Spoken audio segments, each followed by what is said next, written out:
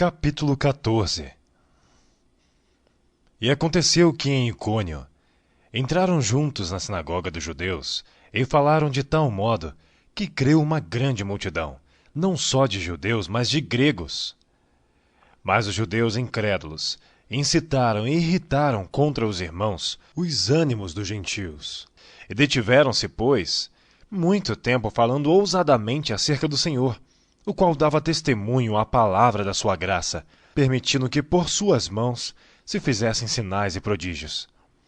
E dividiu-se a multidão da cidade, e uns eram pelos judeus, e outros pelos apóstolos.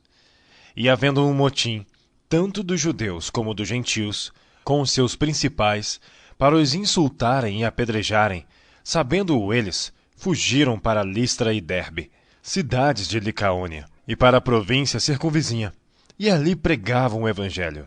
E estava sentado em Listra certo homem leso dos pés, coxo desde o ventre de sua mãe, o qual nunca tinha andado.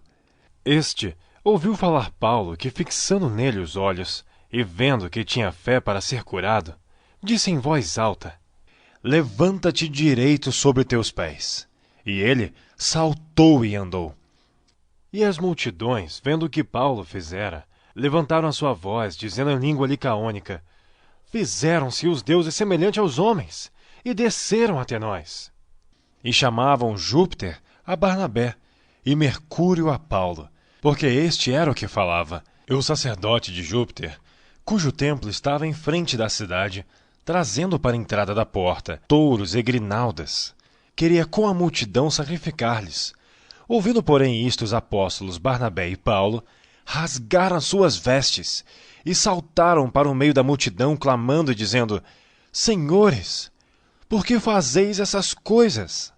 Nós também somos homens como vós, sujeitos às mesmas paixões, e vos anunciamos que vos convertais dessas vaidades ao Deus vivo, que fez o céu e a terra, e o mar e tudo quanto há neles, o qual nos tempos passados deixou andar todas as nações em seus próprios caminhos, e contudo não se deixou a si mesmo sem testemunho, beneficiando-vos lá do céu, dando-vos chuvas e tempos frutíferos, enchendo de mantimento e de alegria os vossos corações.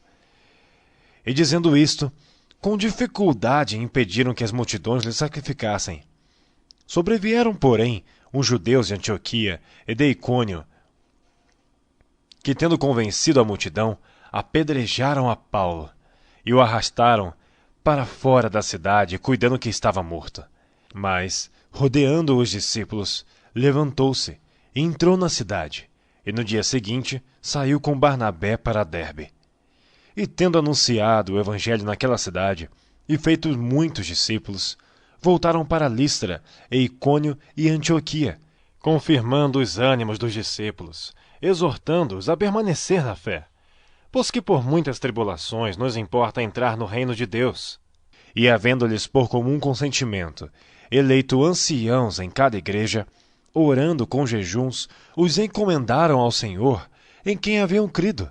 Passando depois por Pisídia, dirigiram-se a Panfilha. E tendo anunciado a palavra em Perge, desceram a Atália, e dali navegaram para Antioquia, de onde tinham sido encomendados à graça de Deus para a obra que já haviam cumprido. E quando chegaram e reuniram a igreja, relataram quão grandes coisas Deus fizera por eles, e como abrira aos gentios a porta da fé. E ficaram ali não pouco tempo com os discípulos.